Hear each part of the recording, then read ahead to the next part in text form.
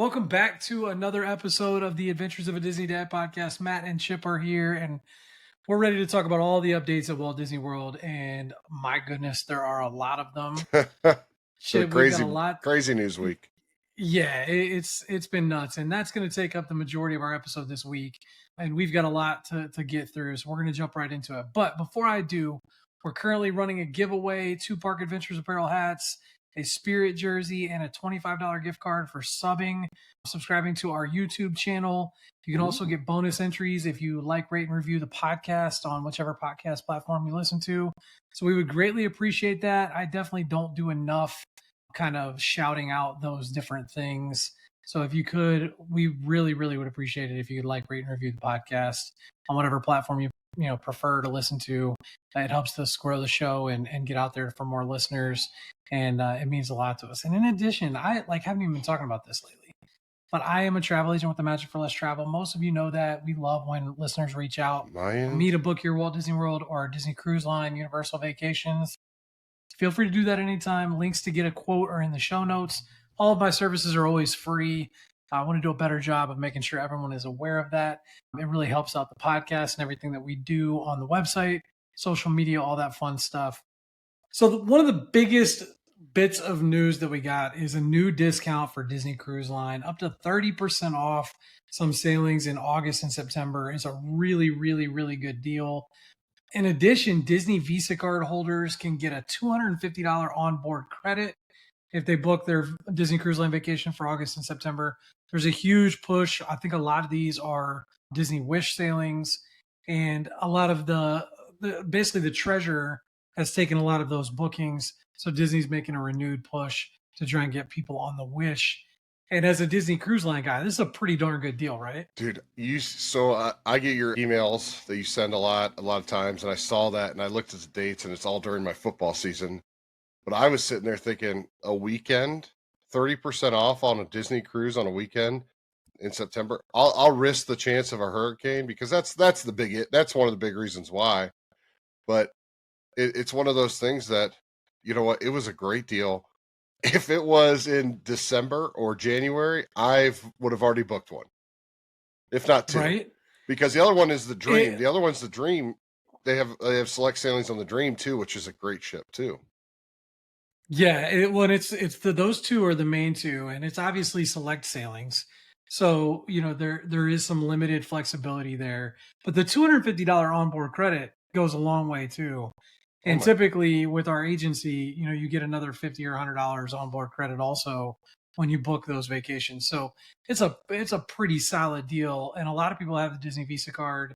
Chip, I think you and I know I do, but you also have it, don't you? I don't, no, but I thought about getting the check card, the one that's the Disney that connects to your bank. So I've had it. The debit version. I've had it before, but I've not recently. But the credit card is fine. Like, you're more of a points guy than I am. We could do an entire episode on points hacking and all that fun stuff. But I got the credit card probably 5 or 6 years ago, and it was, at the time, it was like the main draw was the interest free for your Disney vacation package for 6 months or something like that. But otherwise, you get some discounts and some perks in the parks, but it's nothing crazy. And if you're an annual pass holder, you get that stuff already. So it really makes no difference. But, this is a nice deal in terms of an onboard credit that they're adding in for Disney Visa card holders. And as usual, Walt Disney World is seeing, up to 30% off pretty much any date through the beginning of October at this point. We're going to get more discounts, I'm sure, for November and December. But, what we're seeing is that Disney is kind of soft.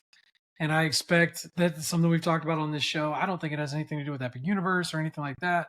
I think just in general, bookings for travel are down, at the end of this summer, beginning of September, whether that's economic uncertainty or whatever excuse for it you want to give.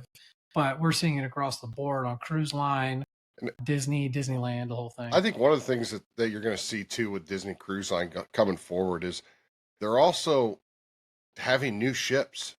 So if you've done the Wish, you got the Treasure, but then you have the Destiny coming out in November, December, that people might just be waiting for that.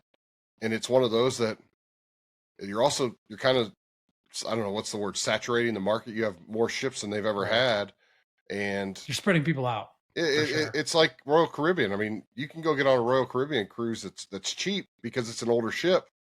The newer ships are the Right. most expensive. So the Wish, I'm shocked at, but it's one of those that people have been on it maybe 2 or 3 times. They're ready for the Destiny. Yeah, 100%. And speaking of new cruise ships, have you heard that Universal supposedly might be rumored to get a cruise line? I have not, but are we gonna? So I've seen rumors, and this is deep in the like depths of rumor mills. Okay, There's people buy domain names, which is the website. For those that don't understand, a domain name is the website that you enter when you go to a website. So our domain name is adventuresofadisneydad.com. Supposedly Universal, I think it's Universal Cruise Line, is owned by Comcast Universal and has started to see activity online. huh? And people are theorizing there's supposedly one of the ports is negotiating with someone that is, quote, a Disney competitor, and it's all top secret, but people are speculating online that Universal is going to come out with a cruise line in the near future, which Interesting. is crazy. Now, With their IP, I feel like they could do something really cool. They could. Are we gonna mention about Galveston, or is that officially unofficial yet? So I have not seen official confirmation, but the rumor there that Chip's alluding to is a huge investment by Disney into the port in Galveston to be able to have Disney Cruise Line going there year round, and eventually more ships, I would assume. Yeah, Right. for sure. And you love Galveston, right? We enjoyed it, especially if you're a Southwest person. You're flying into Hobby, which is about 40 minutes away, but it was a beautiful area. Matt, you and I were both Cincinnati guys. They had a Kroger right next to the hotel we stayed at, so I had to go in and walk around my Kroger and felt like I was at home for a little while. But yeah, it's a great port. It was easy. It was very friendly, and it'll help that I economy. still think, yeah, well, 100%. I still think that like Galveston and Fort Lauderdale are more difficult than, or I guess not as fun might be the word that I would use than going Yeah. out of Port Canaveral. I will say this about Galveston though, is you could stay right on the beach and you can go out to the beach in the morning. We didn't just because of the weather, but it was one of those that there's so many hotel options that that area's gonna boom. Yeah, and the biggest difference there for those that have not been is like Port Canaveral has a little bit more of that Disney magic in terms of getting from a Disney Resort hotel in Orlando to the port and back. There's just a little bit more of that spark there. You're kind of on your own a little bit with Galveston and Fort Lauderdale. They partner with a couple of hotels for transportation, but it's not the same and it's very limited. And the hotels that they do partner with are very, very expensive. And it fills up the transportation they partner with. So I would recommend that. Yeah. Now I will say this: Fort Lauderdale did build a Disney specific cruise port, where Galveston is just a generic one. So like Fort Lauderdale, you get to go through the ears like you do in Port Canaveral. Yeah. So that's the updates at Disney Cruise Line. Again, if you want to take advantage or look into any of those offers, a link to get a quote is in the show notes. Switching over to Walt Disney World. The first one that we've got to start with this week, Muppet Courtyard closes. So pour one out for Muppet Courtyard closing June 7th. They've extended the hours. They're going to run it from 8 a.m. until 10 p.m. Good. I borderline want to cry, but it is what it is at this point. We've mourned Muppet Courtyard enough. The exciting thing is that Starlight, the new nighttime parade, is going to be coming to Walt Disney World on July 20th. I am going to try to go down for the opening of Starlight. I am guessing it is going to be absolute madness. Annual pass holders, cast members are blocked. Annual pass holders are going to have park reservations again, specifically for Magic Kingdom. It's going to be nuts, and it looks insanely incredible. We've seen merch. Check out our Facebook page for pictures of the merch. There's a new bubble wand that interacts with the parade. They've got shirts, they've got pins, they've got the whole thing. Is this the most exciting thing that you've seen at Walt Disney World in Probably since the Tiana's opening last year. Easily, right? I would say so, yeah. Yeah. And it's I think it might be more exciting than It doesn't Tiana. say much. There hasn't been a whole lot going on. It might be more exciting than Tiana's opening, just for the fact of they don't have a nighttime parade. They haven't had one since what 2012, something like that. So And it does look, it looks amazing. One of the things that I've been asked a lot is what's going to happen during the Halloween party, the Christmas party, how long is the parade going to last?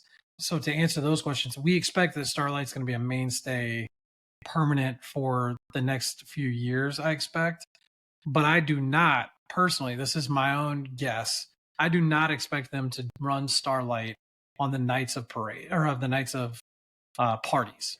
So Mickey's Not So Scary Halloween Party, Christmas Party, I do not expect them to do Starlight. And the reason for that is it doesn't logistically work, right? yeah, If the park opens at 4 for the parties and technically starts at 6 or 7, could they do Starlight at 6 or 7 p.m. like right when the party opens? I don't really think logistically that works. Well, and it's probably not even dark enough. Let me ask this question, Matt, for you. What time does Happily Ever After normally go off at the Halloween party? It doesn't. Oh, okay. So they don't do they do a specialty. You know, there's a Halloween themed fireworks show, and there's a Christmas themed fireworks show.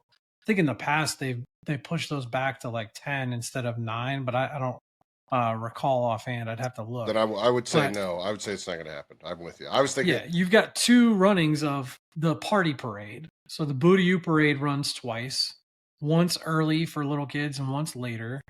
You've also got the Villains show. You've got a Christmas show in there also, but for the Halloween party, which is coming up, you've got the Villains Spectacular that runs multiple times, and then you've also got a fireworks show there. And so, like, I just don't think that logistically you can pull off doing Starlight also, putting aside like the cast members that you need and that's what I'm thinking. Stuff I'm sure they're all the same cast members, and they have to have a certain amount of break after each performance, right? And like, I just don't think that even if you did one early, like 5 p.m. or something, or 6 p.m., where you're getting ready to kick all the day park guests out for the party, I don't even think it's dark enough at that point for Starlight. So my guess is the days of the parties, they will not have the Starlight Parade. But of course, we'll wait to see, you know, if there's any official word on that. But I think that'll also make Magic Kingdom on the days between parties a little even more crowded. Yeah. Right? Yeah. Because all the people are going to want to see Starlight when they're coming down on their vacation. So they'll go to the party one night, you know, say September 26th, there's a party. 27th, there's not. 28th or 29th, there's a party.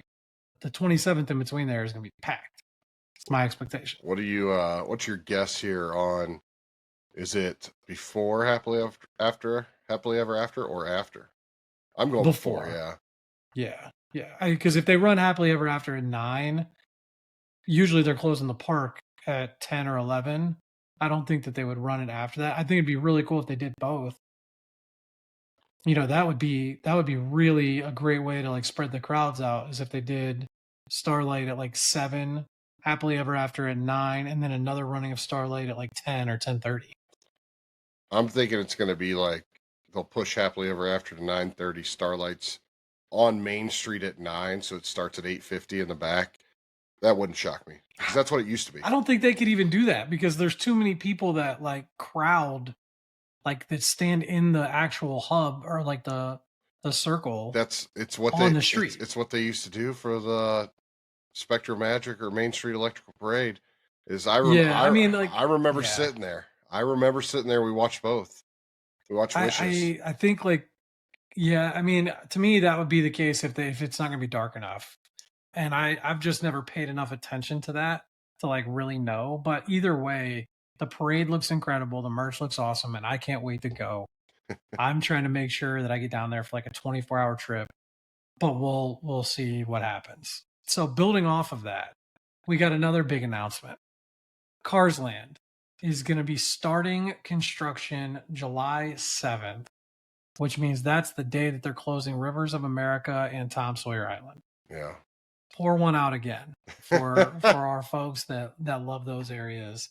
They've announced that Piston Peak National Park, which is going to be the name of the Cars Land, is coming to Frontierland. They gave us updated concept art, which looks to have a lot more water. I think that was the big thing that I noticed. There was a lot more water than the original concept art we saw from D23. Yeah. I'll be honest with you. I'm not a huge Rivers of America guy. I get all sad in my feels about Muppet Courtyard, but I've seen people on the internet, like I saw a guy the other day and I screenshotted it saying he's never going back to Magic Kingdom because they're getting rid of Rivers of America and Top Sawyer Island. I get that there's like a Walt like tie there at Walt Disney World more than just about anything else at Magic Kingdom, probably at Walt Disney World period. But I just don't care. I it's a beautiful area, and I'm just like, to me, I'm indifferent that it's gone. I also don't necessarily care for cars, so it's not like I'm, crapping on it because I love cars. To me, it's like I never really, my family never really cared for the boat, the riverboat, and going to Tom Sawyer Island. How do you feel about it, Chip? I'm okay with it. I mean, listen, it's over in Disneyland. At the end of the day, I mean, it's a mirrored attraction. I know they don't have Tom Sawyer Island over there, but it's very similar. They've got the boat, and I think it's more iconic at Disneyland than it is at Disney World. I don't know if I've ever been on the boat. I remember going to Tom Sawyer Island when I was a little kid, just because I got the playground, I guess, over there. But I think the one thing I noticed is I'm trying to figure out how it's going to sit, the way that the Cars Land is going to sit, because the way I saw it is, if you're looking at the picture, you had Big Thunder Mountain to your right, which threw me and you off. could see Tiana's Bayou Adventure there at the top.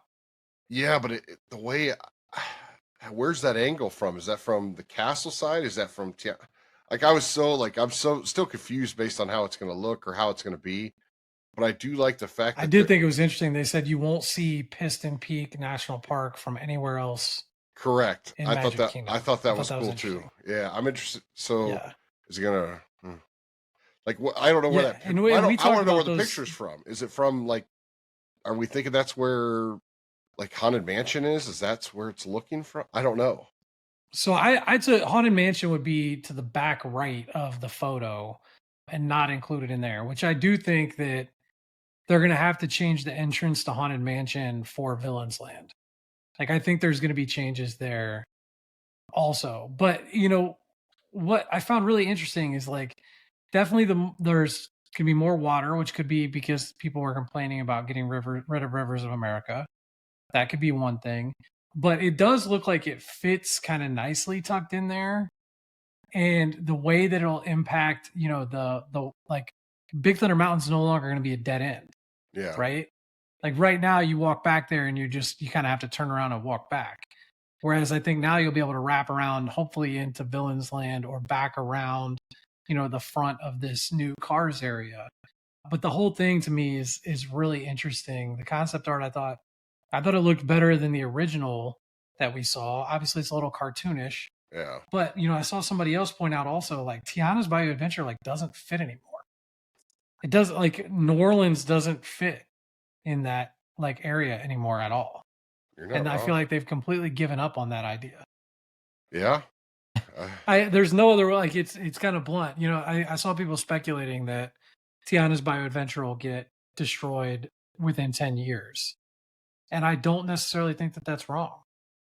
Yeah, it's a fitting theme. I love that ride too. Don't get me wrong. I love that ride. And it said there's 2 attractions in there, but I didn't know where the other one was, and I didn't know if the water incorporated one of them. That was my other thought. It'll be interesting to see. We know that there's going to have the racing, and the funny joke is that you're going to be waiting for the stretching room at Haunted Mansion, and you're going to hear ka-chow! Probably, yeah. Which like I don't know how. We talked about this on like the last episode we talked about with Epic Universe, right? Which is the sight lines and how Imagineering is a little bit different than Universal. And I love how they've made it a point to talk about how they're going to make sure, that this stuff is like hidden and implemented well into Magic Kingdom, and all the stuff that we kind of talked about that Universal doesn't seem to care as much about. Disney is making it a point that they do care about it. So Yeah. I think that's interesting. Let us know what you guys think of the Rivers of America, Tom Sawyer Island, Piston Peak National Park, all this fun stuff. If you think we're crazy and we should care more about it, by all means. But there seems to be a whole movement out there of like, call your senators. Oh, Rivers of gosh. America needs to stay. Save Jeez. Magic Kingdom. I've seen it all on Twitter. It's a little crazy. Now, you want to get me riled up, Chip? I mean, they basically made a detour or a Club 33 for us peasants that can't go to Club 33 called Geo 82. It's now open starting today, June 4th at Epcot. And it's basically inside of Spaceship Earth behind the Walt statue. You won't be able to see into it really from the windows, but they can see out. And it gives incredible views of the fireworks show at Epcot. The inside of it looked insane. Unbelievable. It looks unreal. I want to go have a drink there until I saw the menu and the prices. Did you see?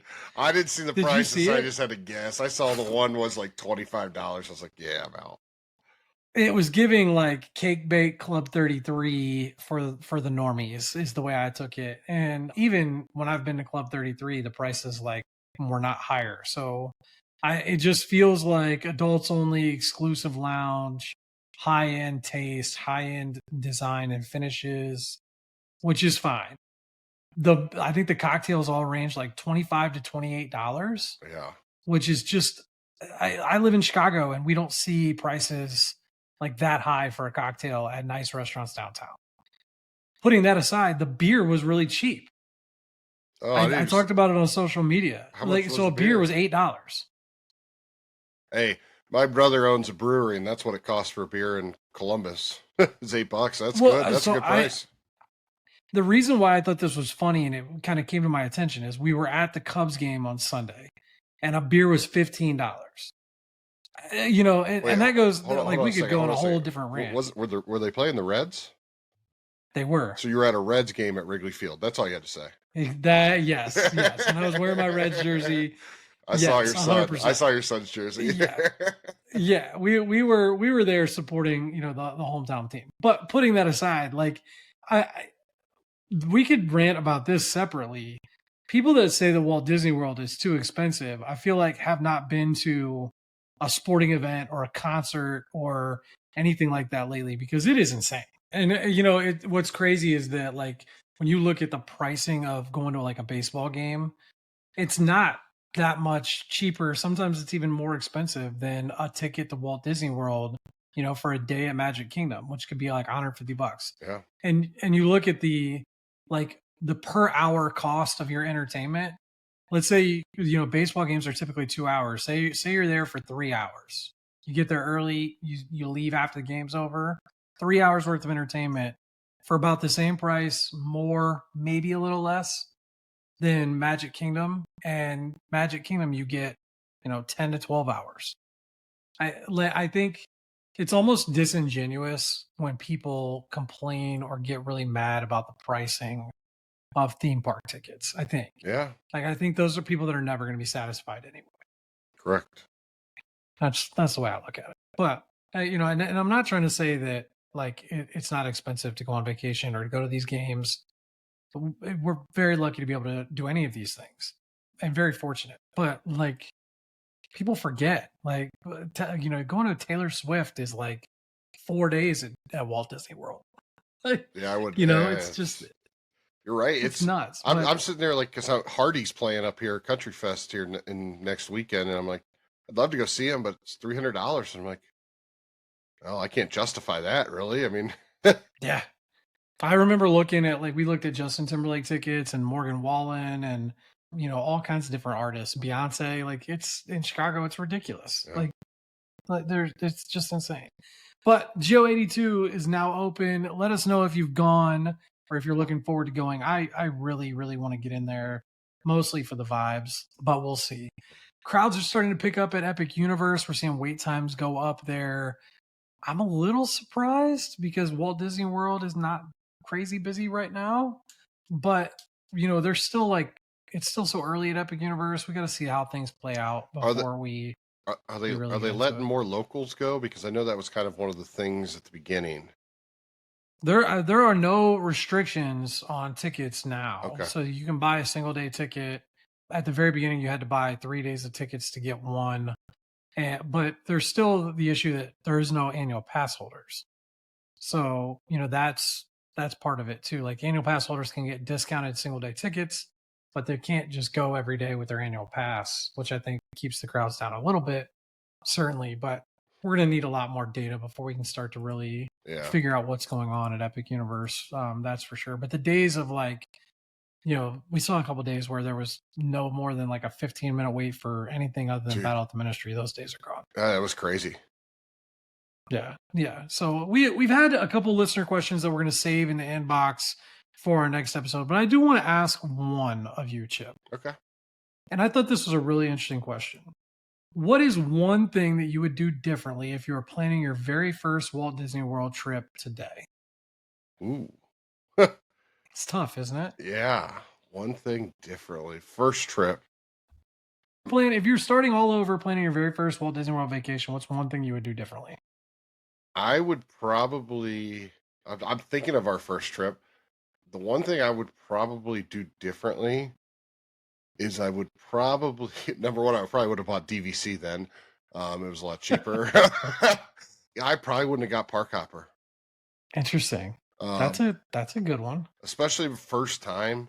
Yeah. It's easier that way. You know where you're going. You kind of get your bearings down. And I mean, we took a day break, but it's just one of those that I probably would have just said, "Hey, let's just stay in Magic Kingdom all day. We'll go back. We'll take a break. We'll come back here. We kind of know where we're at.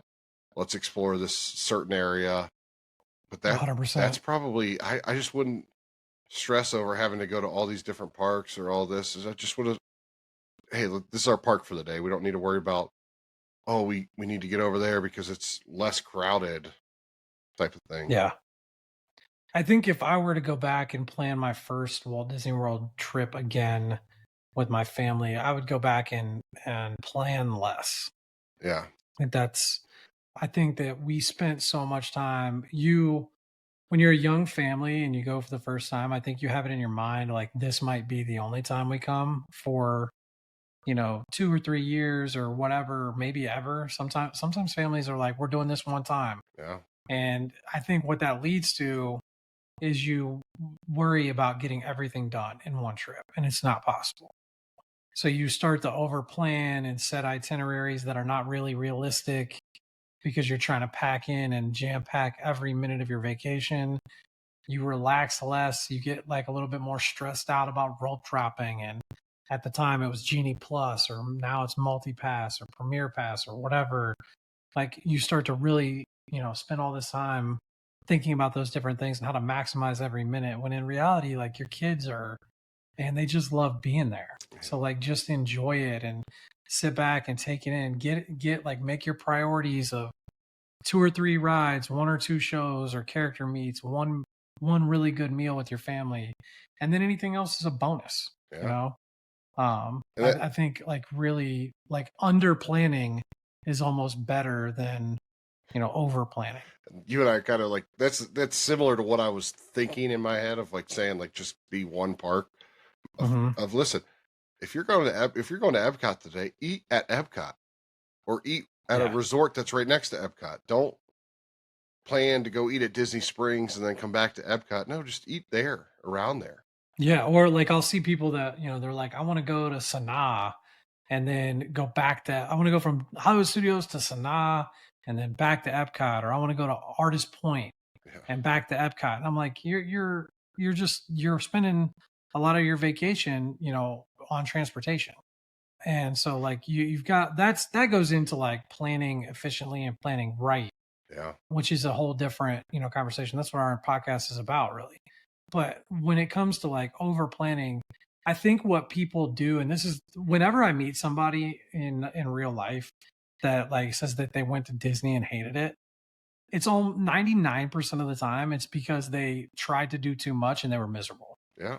So they were like trying to rope drop in park open to park closed with their kids and keep them out for the nighttime shows. And they stayed in the parks the entire time. And it was just like chaos. They're exhausted. And they stayed off site. Walking 20,000 steps. Yeah. Oh, I mean, like that's even worse. But like 20,000 steps in and like dad's sweating and angry, hasn't had a drink all day. They haven't sat down to eat. The kids are crabby. Like, no wonder your trip sucked. Like, that would be the case if you went anywhere. But like, then they asked me what we love about it. And it's like, we hang at the resort and eat breakfast in the room and play games as a family. And then we go to the parks, around 11 and we enjoy our time there, come back to the resort for an hour or two or go have dinner. And then we'll go back for a couple hours at night. Like, we do things a lot more leisurely. And I think that helps you have a better vacation because it ultimately is still a vacation. As much as people say Disney's not a vacation, you can still have a vacation and relax and have fun with your family without going 900 miles an hour every single day. And some people love going 900 miles an hour. Yeah. Don't get me wrong. That's cool too.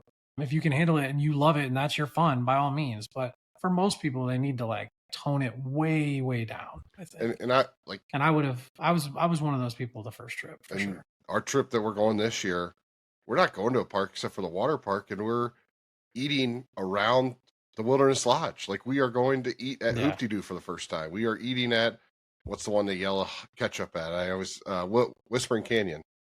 Mm-hmm. We're like based it around that. Like, that's what we're doing. So and to be fair, you and I are like now at the farther end of the spectrum. For sure. We go a lot, so we are much more leisurely than the average person. So it's still different. But if we could go back, like there's a good middle ground that you need to shoot for, that you're not like over tiring your family and your kids, over planning. I think, and it really comes back to, like, I always tell people, it's 3 rides, 2 shows or character meets, 1 meal per day.